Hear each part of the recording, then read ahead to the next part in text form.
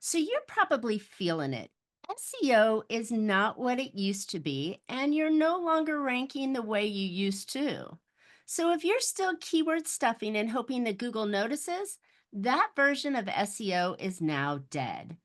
On this week's Profit with a Plan podcast, we're exposing why the old school SEO tactics are just outdated and they're killing your visibility.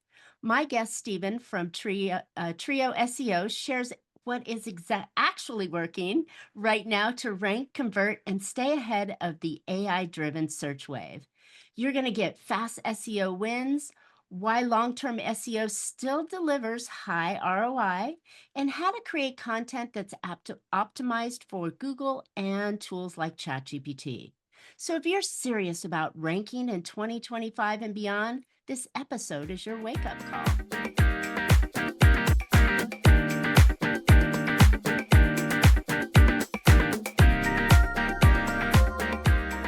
Hey, entrepreneurs, are you working too hard for too little profit? Well, welcome to Profit with a Plan podcast, where we help you scale smarter, increase profitability, and build a business that's worth more, whether you're keeping it or selling it. I'm Marcia Riner, business growth strategist and the profit booster behind Infinite Profit. I've helped countless entrepreneurs to turn their businesses into highly profitable and sale ready assets so they enjoy more income now and a bigger payday later on. So join me for practical strategies, expert insights, and proven steps to make your business more profitable, more valuable, and built to last. So today's episode is sponsored by Infinite Profit, where we don't just talk profit, we deliver it. But before we dive in, I've got something special for you. And I'm thinking if you're a business owner who's tired of that overcomplicated, overpriced marketing strategies that just don't deliver up, well, listen to this. What if you had a simple, affordable way to market your business that actually works? The Profit Booster Marketing Hub is your all in one marketing system built specifically, if I can get my mouth to work, for busy entrepreneurs who want real results without hiring a full team. It's automated, intuitive, and comes loaded with pre designed templates, a CRM that's super powerful, social media tools, email, and text automation. Everything that you'd want to capture, nurture, and close those leads. So if you're ready for a low cost, easy to use marketing system that gets the job done, visit profitbooster.biz and let's make your marketing more profitable. All right, let's jump into today's episode. Stephen Schneider is the co founder and CEO of Trio SEO, a results driven agency that helps B2B brands build and execute SEO strategies that actually move the needle. Before launching Trio SEO, Stephen scaled a portfolio of over 40 content sites to seven figures without using paid ads, social media, or gimmicks, just smart, strategic SEO and high performing content. At their peak, his team published and optimized over 400 articles each month. Today, Stephen leads Trio SEO in delivering fully managed, ROI focused SEO system that turns browsers into buyers. Their done for you approach gives founders and CMOs real growth without adding to their workload. Stephen, welcome to Profit with a Plan podcast. Thank you for having me. I'm so excited to be here. Yeah, me too. This is such a super topic and so timely right now with the way that, chat and everything else is changing in the world at like hyper speed. I wanted to have you on and I was just like, "Oh, this is going to be such a good conversation." Yeah, there's lots to unpack. It changes day by day or second by second. Exactly, which is crazy. So how in the world did you get into marketing and SEO? I mean, that's kind of a niche space.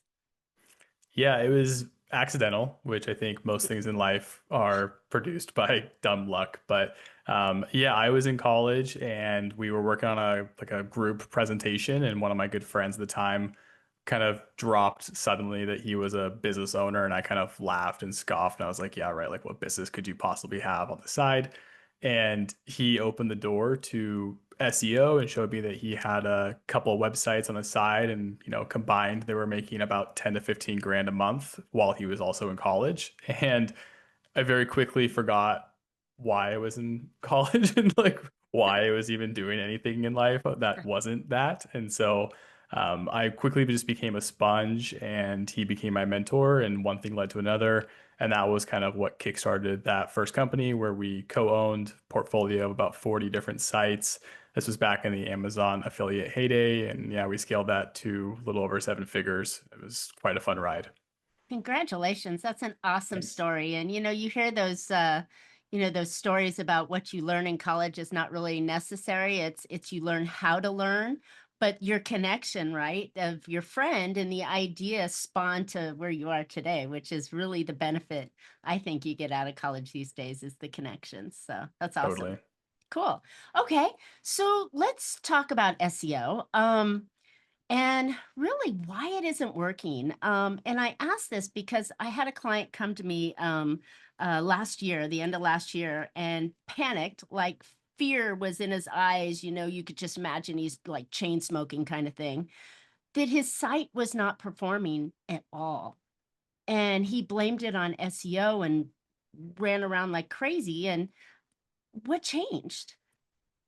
Yeah, I mean, that's fair. We're usually the first people to get blamed for most Of of that course, stuff. right? I Someone take has to take the axe. full accountability for that.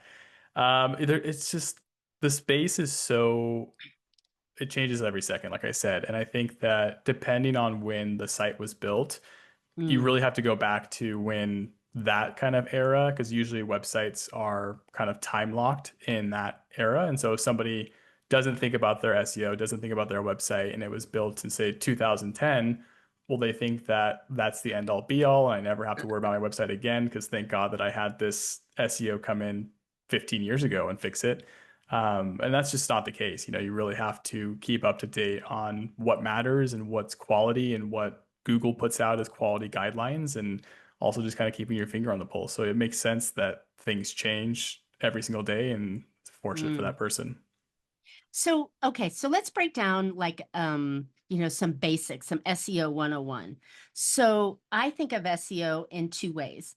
Excuse me, I have a frog in my throat today, but I think of SEO in two ways. I think of it as the content, words, and stuff that's on your site that is relevant to the person searching for you. And then number two, there's like some behind the scenes stuff, right? That has to have the right kind of content and words and tags and all that other stuff behind the site. So when we're talking about SEO, we're talking about both, right?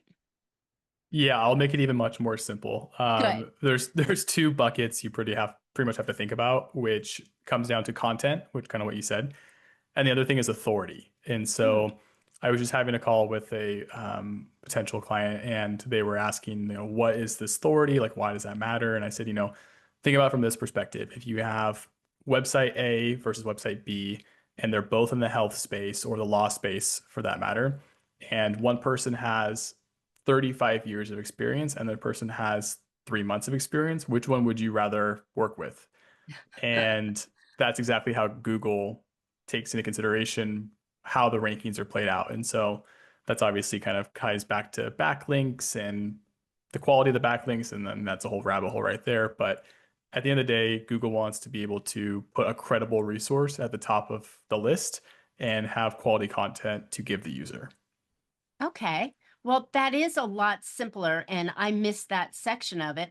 Obviously, I'm not an SEO expert, but question then. So, if you're looking for authority, how does one have authority that Google can scrape and see that proves that I've been in business 35 years compared to the guy with 3 months next to me? So the one thing is really the age of the domain or your website. So Google Mm, knows for sure how long it's been around. If it was purchased in 1999 versus 9 months ago, that's a really easy thing for Google to identify. And okay. usually the older the website, the more backlinks it has. And so a backlink is essentially just a vote of confidence. Somebody else is choosing to mention you on their site and provide a link to your website. So if like this show goes live and it says, hey, you can learn more about Steven by visiting TrioSEO.com. That link that you essentially add in the show notes of your website pointing to mine gives Google some confidence because you voluntarily did that. And it's not like a scammy or shady tactic if you're kind of vouching for me and the brand. then obviously there's some credibility there. So as many of those trust signals that you can get in your industry from allies or synergistic partners or podcasts, whatever it may be, is kind of what contributes to your authority in the space.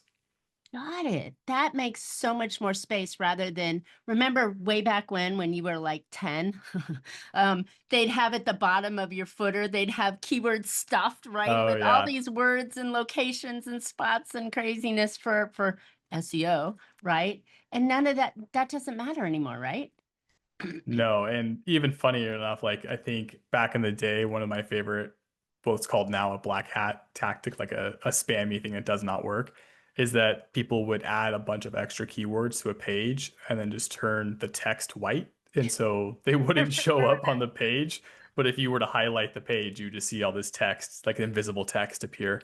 And yeah, obviously, like Google pays a bunch of very smart people to catch on to stuff like that. So Oh, it does that's not work. hilarious. Yeah, that's definitely old school.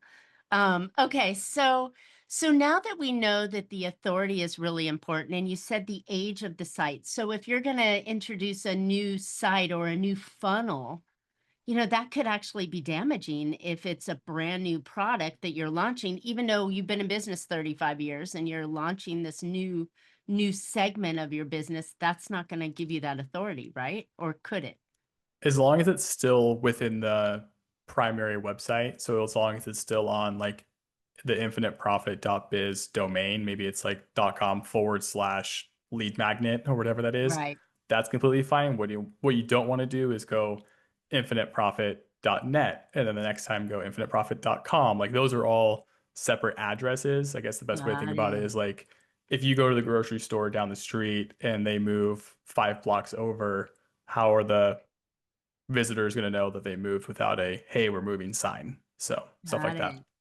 Well, you know what? That's scary because I know a lot of people that have about 50 domains in their cart, Yeah, right? That they hope to use one day or another or use off and on for different things, but that definitely loses the opportunity of having that Google search find you right, unless you're really, really good or you pay to get your way boosted to the top the other ways.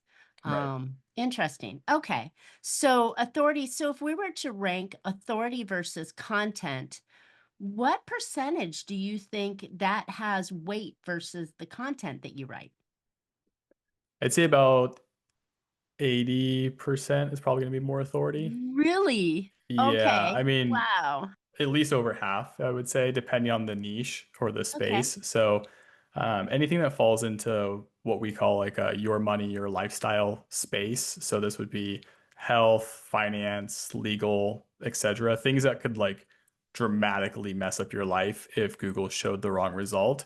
Those things Mm, just are much more protected SEO wise. So like your lawyer partner client, if they don't have the authority in their space, like it's much harder for them to rank. But other niches, are much, much easier. The more obscure they are, there's just less you mean if you're competition. selling flashlights, it's okay?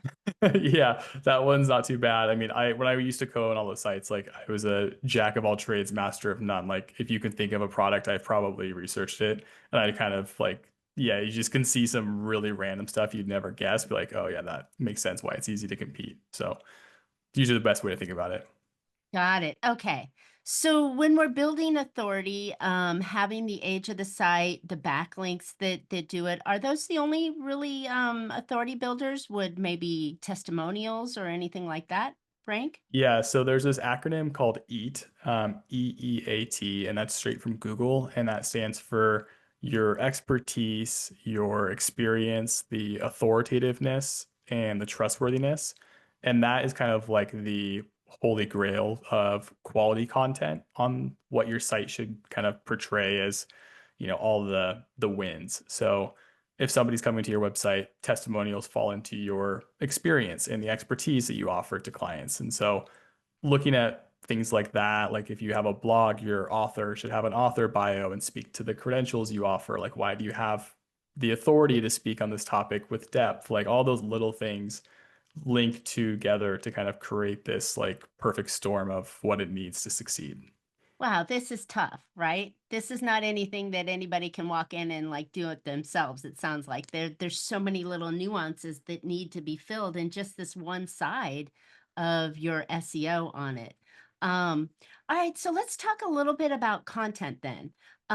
Because rumor had it, or years ago, you could write a really good article that had really relevant stuff in it, and that could give you a boost in your SEO search, right? Yep. Is that Yeah. So still with is it still doing that? Yeah, so with content, the best analogy I always like to refer back to is the iceberg kind of analogy. Like what sank the Titanic? It was all the ice below the water that you could never Yeah, see. And so that's essentially your blog. And so if you think about the ice above the water, that's like your homepage, your about page, the contact page, kind of those boring must-haves.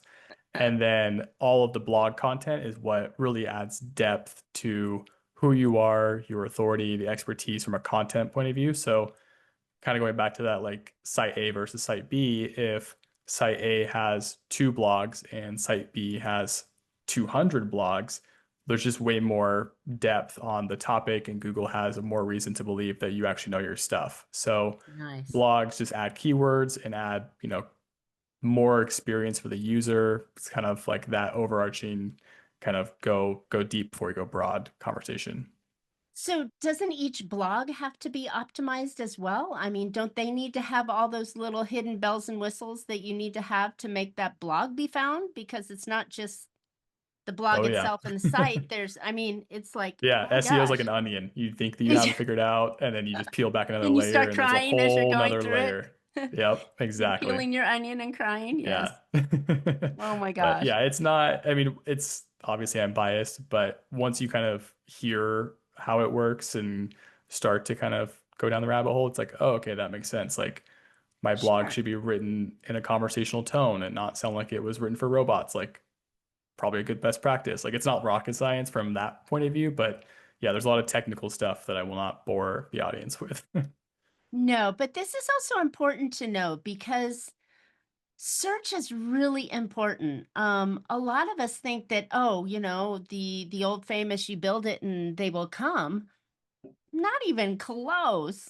You can be I the best wish. kept secret with the best stuff ever if you're not doing it correctly. And then you just sit there and you're like, I spend all this time, money, um, my blood and sweat and my tears and heart are into it, and then it just sits there and nobody sees it.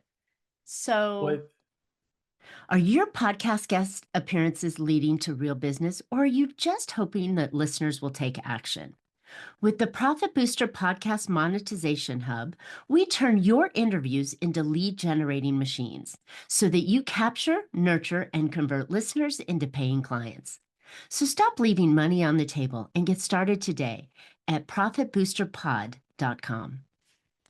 So, what And I think that the interesting thing that I kind of like to remind clients that we work with is that the best websites that have the biggest chances of success, whether it's from a small business owner or a Fortune 500 company, comes back to your branding. And mm, so if you're this, local consultant, but every single rep in your area knows you and you go to networking events and you're just the life of the party locally, and they're talking about you. Maybe you're doing guest articles on their site or they're linking to you because you did a podcast with them. Like the more of a social butterfly you are in your space, the better your brand becomes, which helps your SEO in different areas as well. oh, I love that. Okay. So by doing this podcast as an example, and then talking about the podcast and posting social on the podcast, and maybe doing, if the topic is SEO for the week, you're talking about SEO, right? So you're doing things that expand the idea of your brand and visibility beyond just one little thing, right? Exactly. So like from my perspective, like I'm doing two podcasts today, and that's mainly just because the more visibility I can get, the better networking I can do. It all kind of ties back. Like, you get to, have this episode, like we both get the content, like we are sharing it, helping like you scratch my back, I scratch yours. And Right. so there's infinite benefits, not only from this sort of collaboration, but the next person that kind of looks at searching infinite profit will likely find me, and the person that searches for Steven Schneider will find infinite profit. So it's kind of like a two-way street from the SEO benefits. Love it. And it's so funny. I'm glad you brought that up because I have so many guests. This is like, I've got literally 325 episodes in the can. Not all of them are released yet, but a large percentage of them are.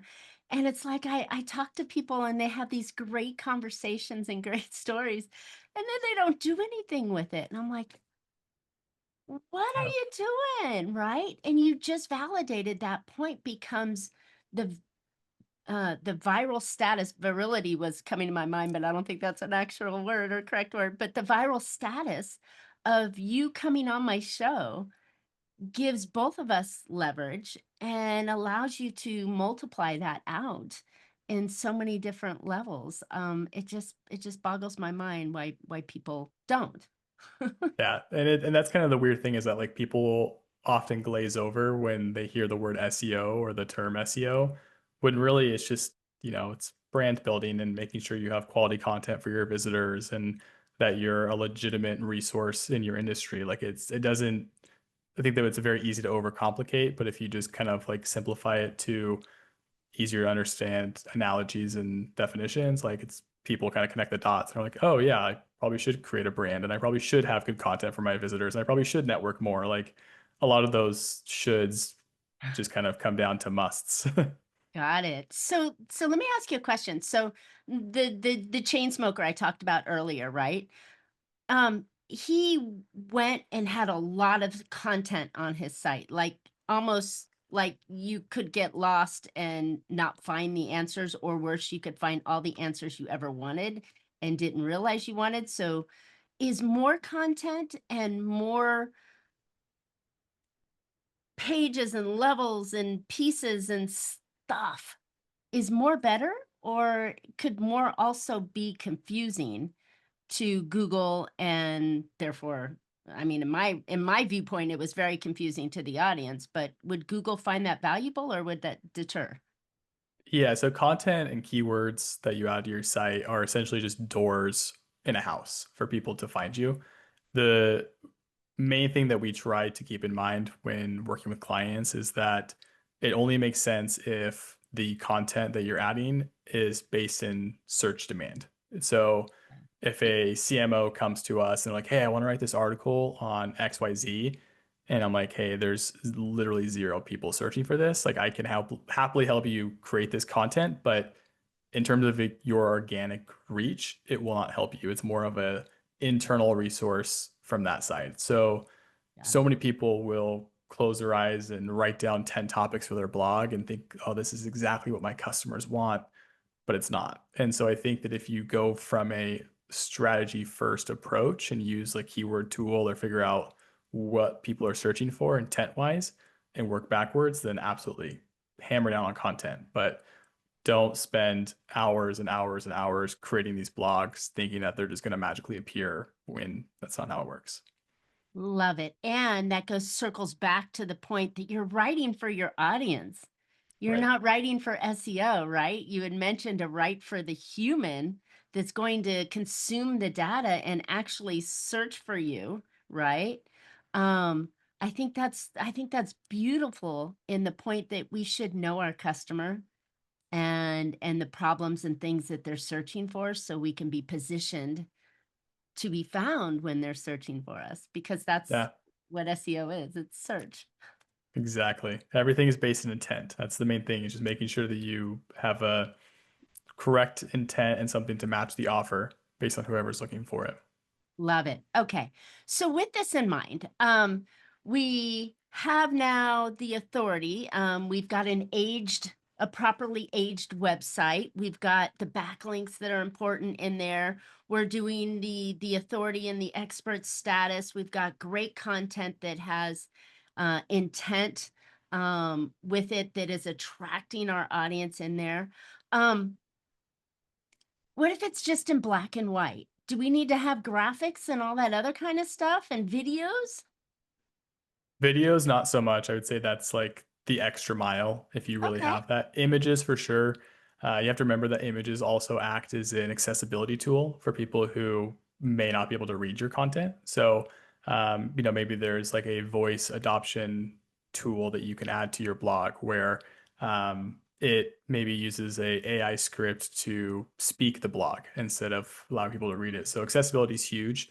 The Okay. better reach that you have, that's definitely going to help. But Good images, like point. there's this thing called alt text, which stands for like alternative text. So you want to describe the image to people. So, making sure that it's well versed and description is matched, aligned with what the image shows. So, yeah, Not definitely want just to the make title sure. of it.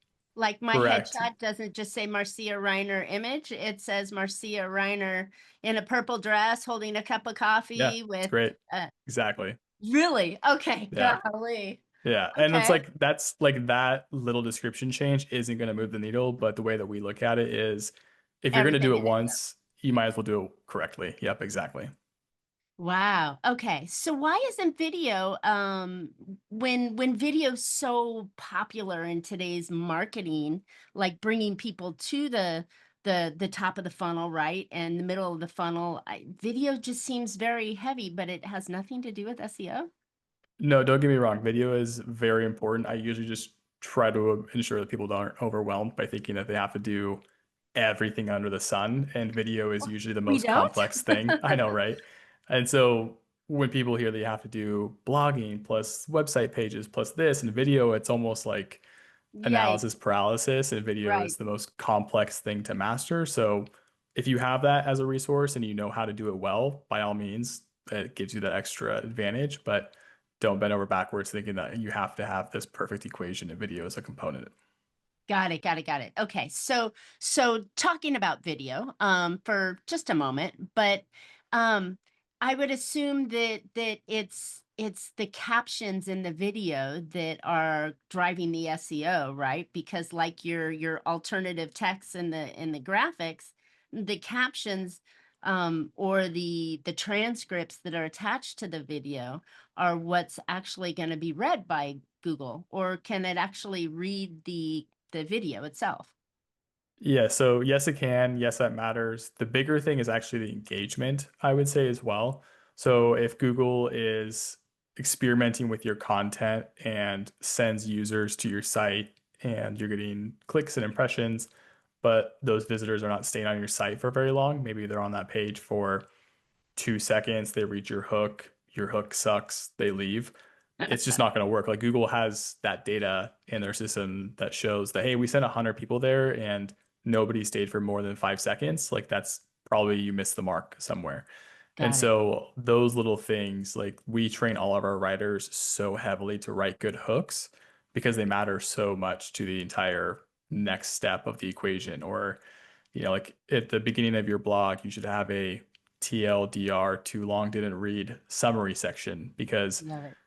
if you have a recipe article, there's nothing worse than skimming through 10,000 words of content to get 6 steps to bake a cake. It's the same thing. Right, So, right.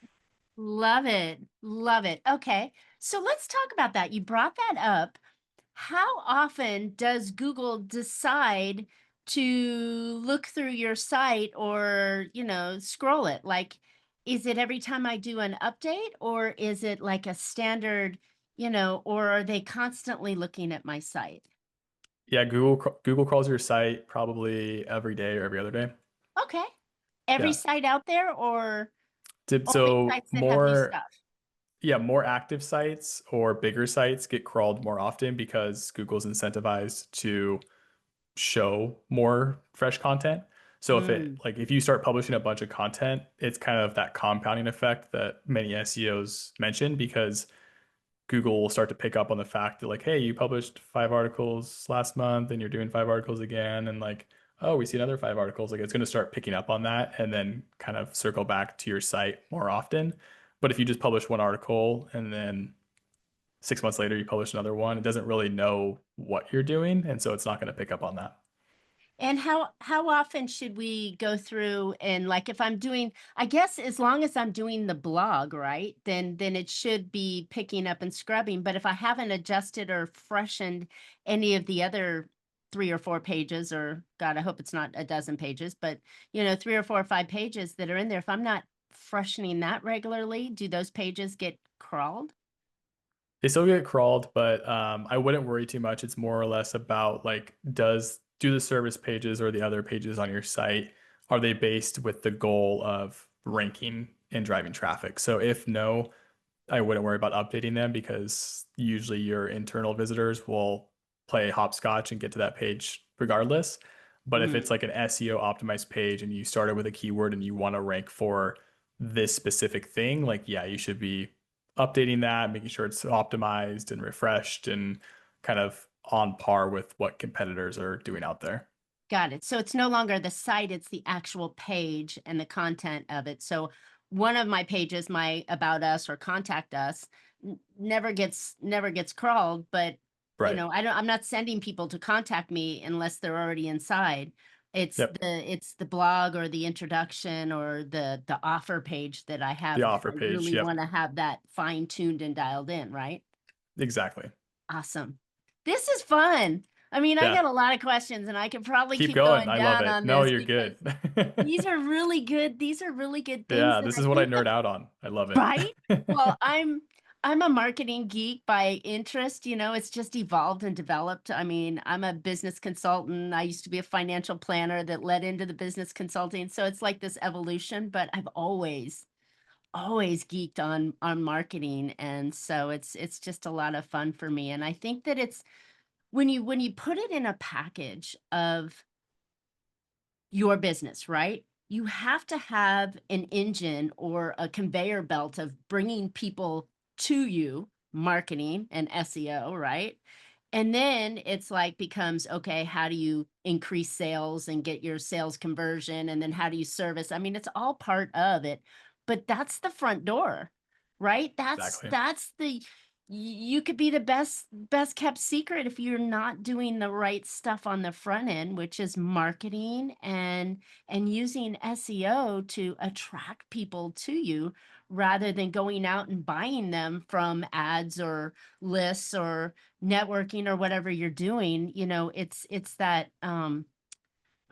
drawing it in versus going out and getting, if that Yeah, makes sense. 100%. I mean, especially with just like with how AI is evolving and ChatGPT is popping up, it's like so many of our clients are now getting leads through ChatGPT Isn't and that amazing? Perplexity and all that sort of stuff. And it's like a new evolution of SEO, and but it's still the same, kind of playground of sorts where same thing, like you're getting inbound traffic, you didn't pay for it. You don't have to pay PPC or advertising fees every month. Like as long as you have the authority and the content, like that's essentially free traffic to get. Love it. So how does one take advantage as the last question? Because again, we could talk forever on here, but as the last question, how does one take advantage of getting AI search? Pretty much the same thing that I've just kind of like So been it is beating the the drum same. It's that about. simple, right? Yeah, I mean, the kind of challenging aspect with AI search is that it's so fresh that SEOs still don't know what's going on. And as much as I would love to say that I am the expert of that, like I can't claim that just You're the yet. expert But of the hour. exactly. So like from what we've seen is that there is a lot of overlap, and as long as you have an authoritative website, quality content, and other people are talking about you kind of in that same name and what you do and the services you do, like the who, what, when, where, why sort of stuff, like Mhm. you will likely be pulled in for certain queries and certain prompts and stuff like that. So, um, there's no reason to reinvent the wheel in SEO. We kind of always say that we're boring SEOs from that matter. Like, just do the basics, do them forever, do them longer than your competitors, and be patient. Like, that's the biggest Mm. thing. Mm. Well, thank you, Stephen. This was amazing, and it's such really in-depth conversation on SEO and the differences of what it used to be and what it is now, and how to really maximize for the best opportunity in this moment. So thank you for that. But where Of can course. listeners find out more about you and Trio SEO? Yeah, you can find me on LinkedIn. I'm very active. I post daily content. You can also Google me with Trio SEO. I always joke that if you can't find me on Google, I'm doing my job wrong. So that's kind of the first step is to The just cobbler's kids' shoes, right? exactly. Yeah, I mean, trioseo.com or LinkedIn is kind of the two places I hang out most. Nice, nice. All right. Well, cool. I'm definitely got a fresh eyes on this and looking at the way that, we get ourselves found, which is what we have to do, right? And it's all about the breadcrumbs you leave everywhere else. I think that all add up into bringing people into your site and being found. So, thank you. Exactly. Of course. All right. Thanks, listeners, for tuning in today. I hope you picked up on some valuable insight and actionable ideas that can help you make your business more profitable. And I know for a fact, SEO and being found when someone searches for something is super worth your time and a valuable investment in your business's growth engine is to be found when someone is looking for that for you, right? And if you're in a closet somewhere and nobody finds you, you're not going to make sales. All right. So if you're tired of overpriced marketing that's complicated and time consuming, check out the Profit Booster Marketing Hub for your low cost, easy to use alternative to expensive strategies, complete with automations, templates, and a personalized strategy call. Go get the details at profitbooster.biz.